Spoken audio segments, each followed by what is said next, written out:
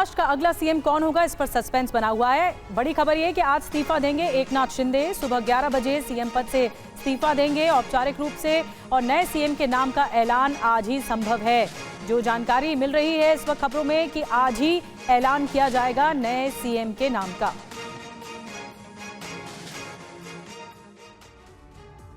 और हमारे संवाददाता कुमार कुंदन को सूत्रों से यह पता चला है कि 5 साल के कार्यकाल में बारी बारी से तीनों नेता यानी कि देवेंद्र फडणवीस, एकनाथ शिंदे और अजीत पवार सीएम बन सकते हैं। फॉर्मूला होगा 2-2-1 का, मतलब कि 2 साल बीजेपी, 2 साल शिवसेना और 1 साल एनसीपी का कैंडिडेट मुख्यमंत्री होगा।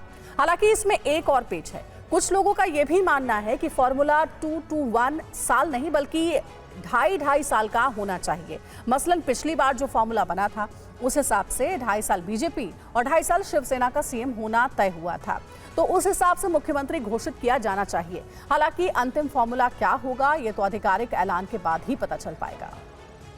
और आपको ये भी बता दें कि शिंदे गुट की दलील क्या है। शिवसेना के विधायकों का ये मानना है कि बीजेपी का बिहार वाला मॉडल महाराष्ट्र में लागू करना चाहिए।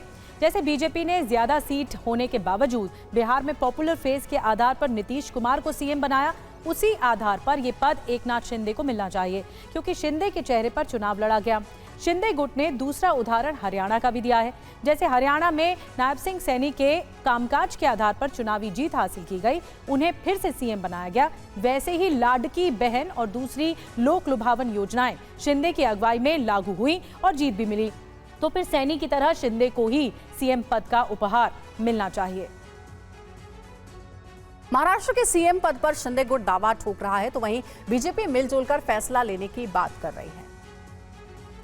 देखो, महायुति के लीडर और मुख्यमंत्री एकनाथ शिंदे साहब होना चाहिए। हमें और हमारे कार्यकर्ताओं को लग रहा है, क्योंकि हमारे पार्टी के वो नेता है। जिस तरह से भारतीय जनता पार्टी ने बिहार में संख्या पर देखा नहीं, लेकिन छोटी पार्टी है, उसको बड़ी करने के लिए नीतीश कुमार को सीएम पद दिलाया, वैसे ही एकनाथ शिंदे साहब को सीएम पद मिलेगा, ये हमें विश्वास है। हमारी पार्टी की क्लियर भूमिका है। जो हमारा केंद्रीय नेतृत्व है, मोदी जी है, अमित भाई है, नड्डा जी है, हमारा केंद्रीय पार्लियामेंट्री बोर्ड है, हमारे देवेंद्र जी, एकनाथ जी और अजीत दादा, ये तीनों नेता है। ये सक्षम है निर्णय करने के लिए।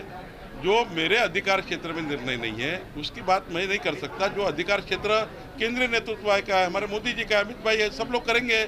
आप लोग वेट करिए।